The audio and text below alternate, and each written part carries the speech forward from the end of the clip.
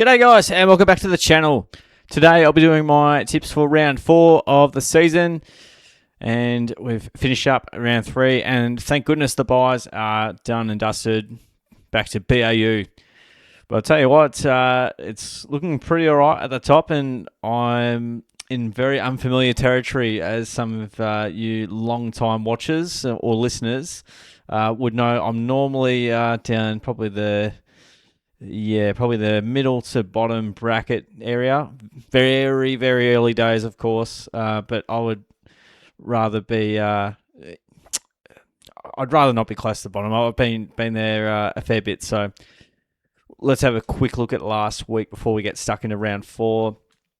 Happy with Geelong, Collingwood, Brisbane, Freo North, Port Adelaide, West Coast. I think everyone would have got wrong, unless you're a West Coast fan and you tip with your heart and not reality.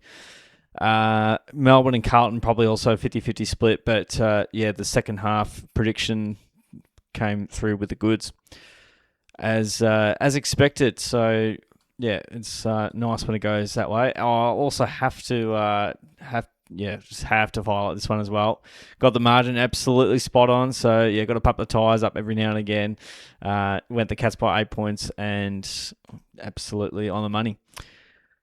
So tipping okay, predictions okay, radar's looking all right, but this is where, tipping out of 7 games, we're back to 9. So there's more wriggle room for things to go wrong.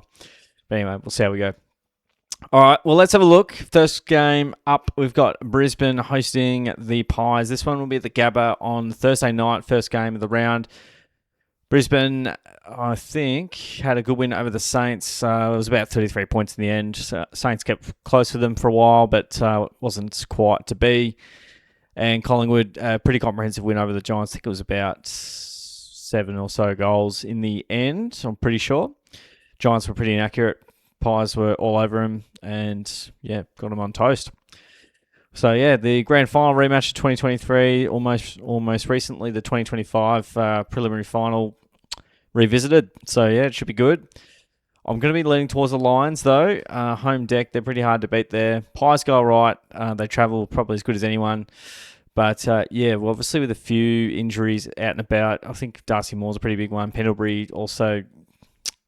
we saw what it was like. They conceded not 12 goals. They conceded a lot of goals, 450 stoppages in that prelim final without Scott Pendlebury's leadership on field. I think it's going to be a little bit tricky. Their forward line's a bit clunky, the Pies, and I think the line's slowly kicking into gear. I'll go the Lions by 26 points. Slowly get back into it. I think they'll be too strong.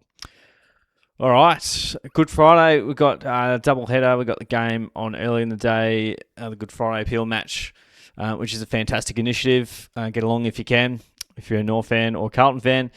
We've got North Melbourne at Marvel Stadium. They're hosting Carlton, home team here. North Melbourne getting a bit of love too on the, tipping fancies, but they got the job done over the Bombers. It was 12 points. They were pretty comfortable at three-quarter time. Bombers kicked 4 late in the last, and North semi held on. Can't say. I guess we'll talk about that in a moment. Carlton, it feels a bit like Groundhog Day for them. They were up by a long way, 43 points. I'm pretty sure it was over Melbourne, and Melbourne's biggest win in a long time. Biggest comeback in a long time, I should say. Carlton, continue to have the blues, so to speak, but they have had some good success in the past in this game.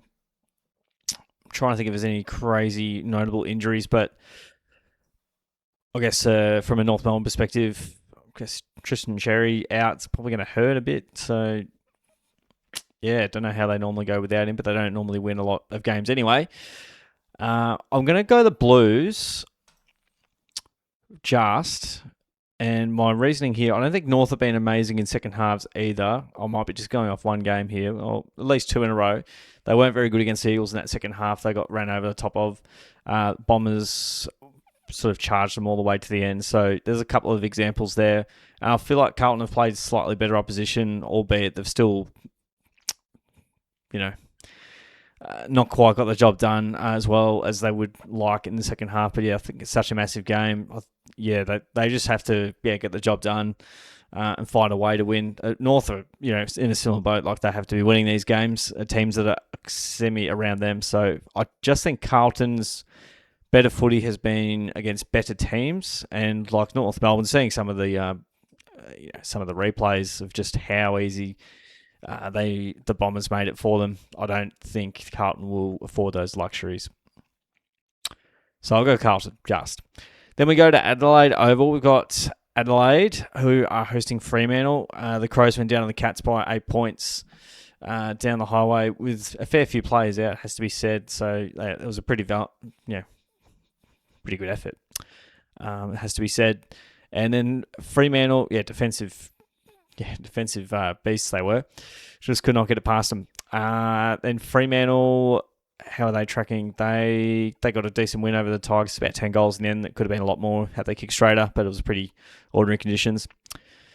Last year, I reckon it was the Dockers over there, and they got the chocolates. Adelaide might have come back at them late in the piece, but yeah, I guess it kind of depends on who's in. Hopefully they get a few back from the Crows' perspective.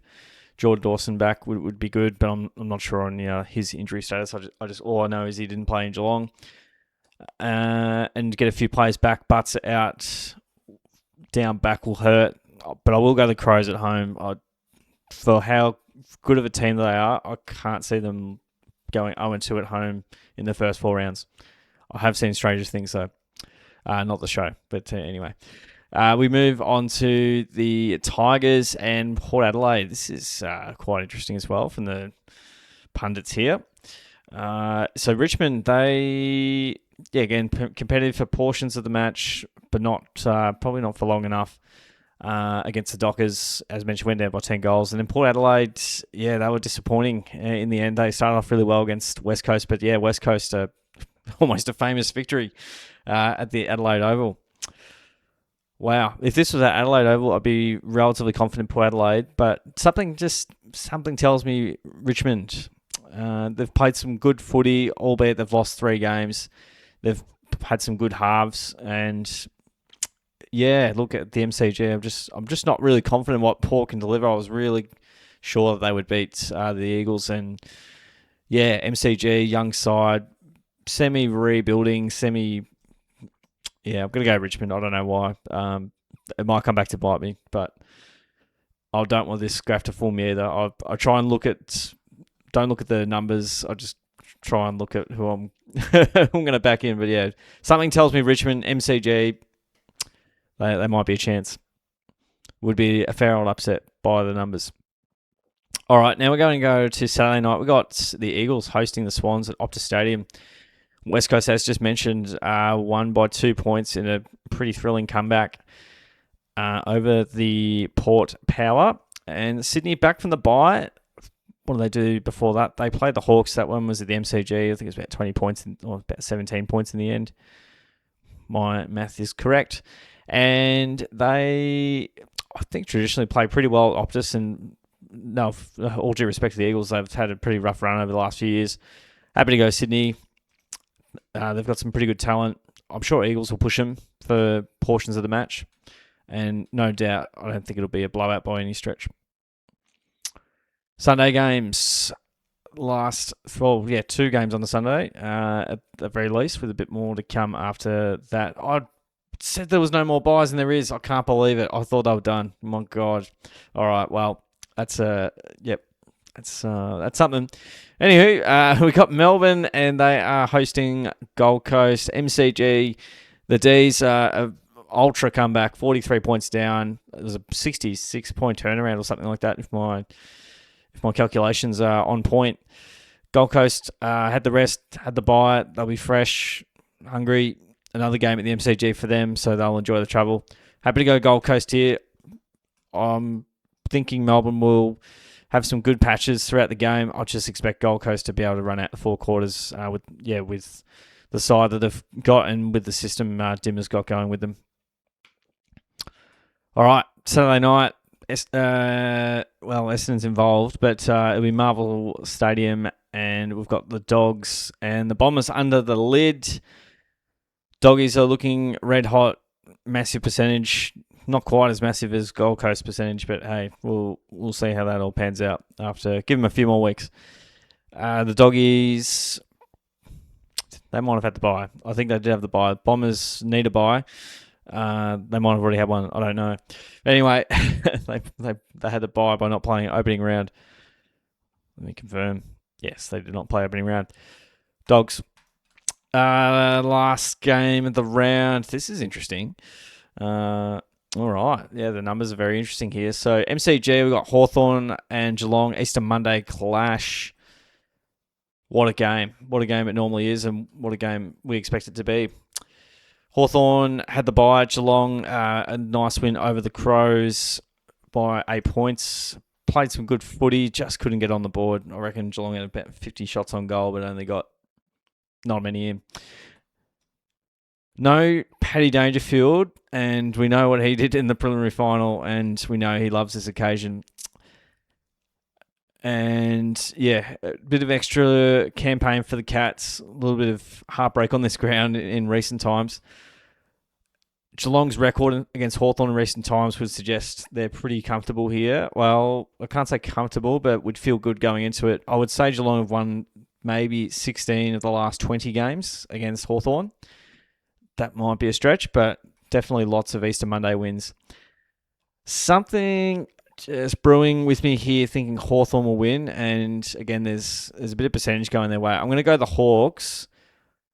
It's hard to go just because they're due to win one. But yeah, I mean, like Geelong just can't keep beating them on Easter Monday. I just feel like, Paddy, when Geelong did beat Hawthorn, all cylinders were firing. Paddy, he's a massive inclusion for Geelong when he's out there. And they're doing the right thing, making sure this is right for, later in the season to give Geelong the best chance of making finals and qualifying as high as possible and seeing what happens from there. But yeah, something that just tells me, Hawthorn, they'll be just absolutely fuming from the prelim final, and sometimes that just gives a bit of extra spice leading into the next game and a bit more motivation to get the job done. And when I say that, I mean probably just like it was 7 points in the home and away game, corresponding game last year. And then, in the final, it was neck and neck, and then Geelong broke out late in that last quarter to seal the win. It was a good third term and it was a good final term. Good response by the Cats in that one. All right, let's go through the game. So we've got Brisbane getting the win, 26 points there. Carlton, Adelaide, Richmond, Sydney, Gold Coast, Western Bulldogs, Hawthorn. Absolute banana peel games everywhere. And I'm not really sure how to think or feel about it. But GWS and St Kilda get to avoid the spotlight this week. They're all tucked up in bed and have the bye, so they'll be completely fine. Lovely. Well, that's it, folks. I hope you enjoyed. Give the video a like if you did, and comment who you think's going to win over the weekend. If you've got any upsets, roughies, we'd love to hear that as well. Engagement is good. So, get right around it. Like and subscribe, as mentioned, to keep up to date with how I'm going on the tipping front. And, you can see how you're tracking against me as well. Lovely. Well, appreciate you guys tuning in. Thanks again for watching, listening in, wherever you are. Have a good one, and I will catch you on the next video.